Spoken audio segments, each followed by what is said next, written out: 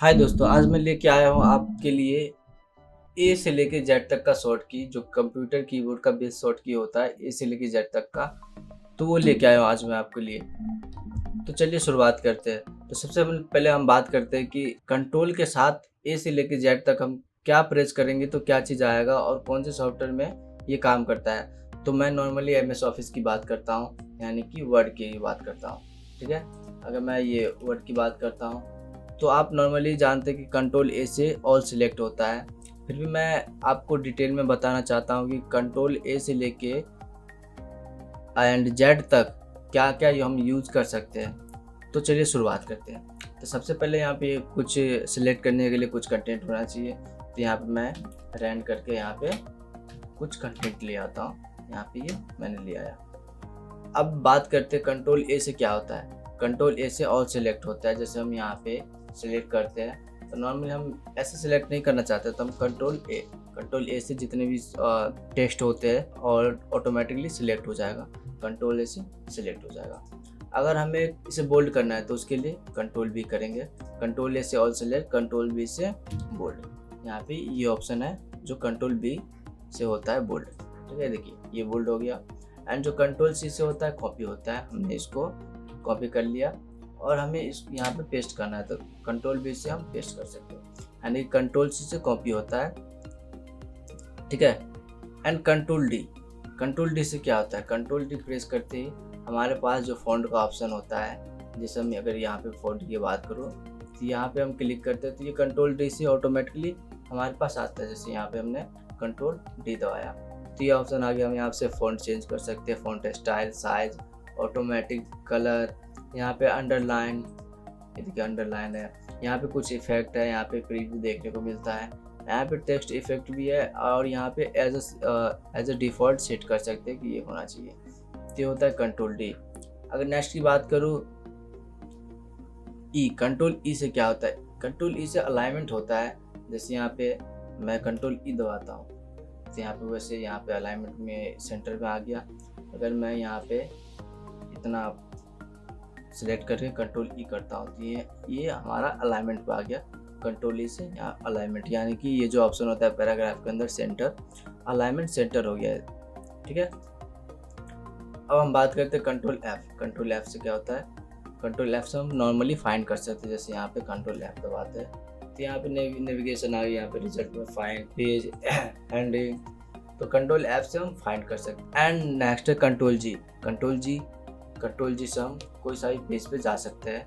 यहाँ तो पेज एक ही है, कोई दिक्कत नहीं, बट यहाँ पे हम पेज में जा सकते हैं। Selection, line, book mark, comment, foot note, यहाँ पे बहुत सारा ऑप्शन है जिसमें हम जा सकते हैं कंट्रोल जी यानी कि गो टू से।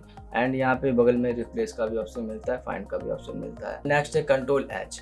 कंट्रोल एच से क्या होता है। कंट्रोल एच से हम नॉर्मली यहाँ पे रिप्लेस कर सकते हैं। जैसे यहाँ पे गो टू में हमें ऑप्शन मिल जाता है रिप्लेस, तो हमें डायरेक्टली यहाँ पे रिप्लेस पे जाना है तो कंट्रोल एच से रिप्लेस कर सकते हैं। कंट्रोल आई से हम इटैलिक कर सकते हैं। जैसे यहाँ पे मैंने यहाँ पे सेलेक्ट किया इसको और यहाँ पे कंट्रोल आई प्रेस किया तो ये जो इटैलिक होगी यानी कि थोड़ा सा टेढ़ा हो गया, तिरछा हो गया, ये इटैलिक ऑप्शन आता है कंट्रोल आई से इटैलिक। एंड जो नेक्स्ट है कंट्रोल जे से क्या होता है। कंट्रोल जे से जस्टिफाई होता है, अलाइनमेंट को जस्टिफाई करते हैं। जैसे यहाँ पे हमने सेंटर किया था कंट्रोल ई से, तो हमें अलाइनमेंट करना है तो कंट्रोल जे से हमें अलाइनमेंट कर दिया, यानी कि ऑटोमेटिक जस्टिफाई हो गया।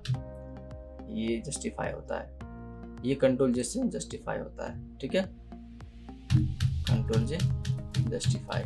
नेक्स्ट है कंट्रोल के से नॉर्मली हम यहाँ पे हाइपरलिंक लगा सकते हैं। यहाँ पे जैसे मान लीजिए कि यहाँ पे मैंने डॉक्यूमेंट यहाँ पे सिलेक्ट किया और यहाँ पे कंट्रोल किया तो यहाँ पे मैं हाइपरलिंक यानी कि लिंक कर सकता हूँ कि अगर ये डॉक्यूमेंट को हम प्रेस करते हैं तो क्या ओपन होना चाहिए, तो उस हिसाब से हम यहाँ पे लिंक कर सकते हैं इसको।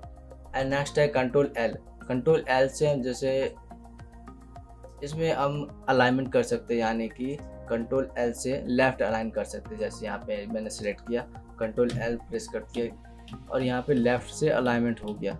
जैसे यहाँ पे कंट्रोल आर से राइट से अलाइनमेंट होता है, कंट्रोल ई से सेंटर में होता है, कंट्रोल जे से जस्टिफाई होता है, यहाँ पे कंट्रोल एल से लेफ़्ट अलाइन होता है। ये होता है अलाइनमेंट का, यहाँ पे ऑप्शन मिलता है हमें, कंट्रोल एल से यहाँ पे अलाइन होता है। एंड अगर हम बात करेंगे कंट्रोल एम से क्या होता है, नॉर्मली हमने प्रेस किया कंट्रोल एम, तो यहाँ पे इंडेंट होता है, पैराग्राफ इंडेंट होता है वो लेफ्ट में जाता है। जैसे यहाँ पे मैंने कंट्रोल एम किया तो यहाँ मैंने क्लिक किया था तो ये जो इंडेंट है लेफ्ट में जा रहा है। जैसे मैंने यहाँ पे क्लिक किया तो ये जो इंडेंट है लेफ्ट में जा रहा है। तो अब हमें इसे कैंसिल करने के लिए कंट्रोल क्यू दबाना है, ऑटोमेटिकली कैंसिल हो जाएगा। एंड जो बात करेंगे अगला कंट्रोल एन से क्या होता है, कंट्रोल एन से न्यू आता है, यानी कि हम यहाँ पे काम कर रहे हैं एमएस वर्ड में, हमें न्यू एमएस वर्ड का जो फाइल है लेना है, तो कंट्रोल एन से हम न्यू एमएस वर्ड पे चले गए। ठीक है, तो ये होता है एन, कंट्रोल एन से न्यू। एंड कंट्रोल ओ से हमें नॉर्मली मालूम है कि कंट्रोल ओ से हमें ओपन करना होता है, कंट्रोल ओ दबाते हैं हमें ओपन का ऑप्शन आता है, हम कुछ भी ओपन कर सकते हैं। अगला है पी, कंट्रोल पी से नॉर्मली हम प्रिंट कर सकते हैं। जैसे यहाँ पे फाइल में जाके हम यहाँ पे प्रिंट करते हैं तो कंट्रोल पी से यहाँ पे प्रिंट का ऑप्शन आ जाता है। एंड अगर बात करें कंट्रोल क्यू, जैसे हमने यहाँ पे कंट्रोल एम से इंडेंट पे लेफ्ट किया था, तो कंट्रोल क्यू से यहाँ पे हम कैंसिल कर सकते हैं, चाहे हम कोई सा भी इंडेंट यूज़ किया हो, कंट्रोल क्यू से कैंसिल कर सकते हैं। एंड जो नेक्स्ट है कंट्रोल आर से हमें अलाइनमेंट राइट करना होता है। जैसे हम यहाँ पे कंट्रोल आर से अलाइन राइट कर सकते हैं।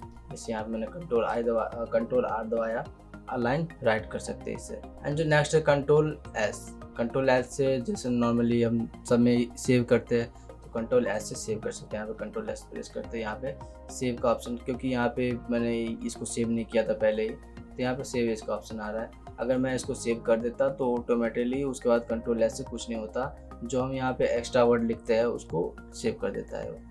एंड जो नेक्स्ट है कंट्रोल टी से भी इंडेंट का ऑप्शन यूज़ होता है। जैसे यहाँ पे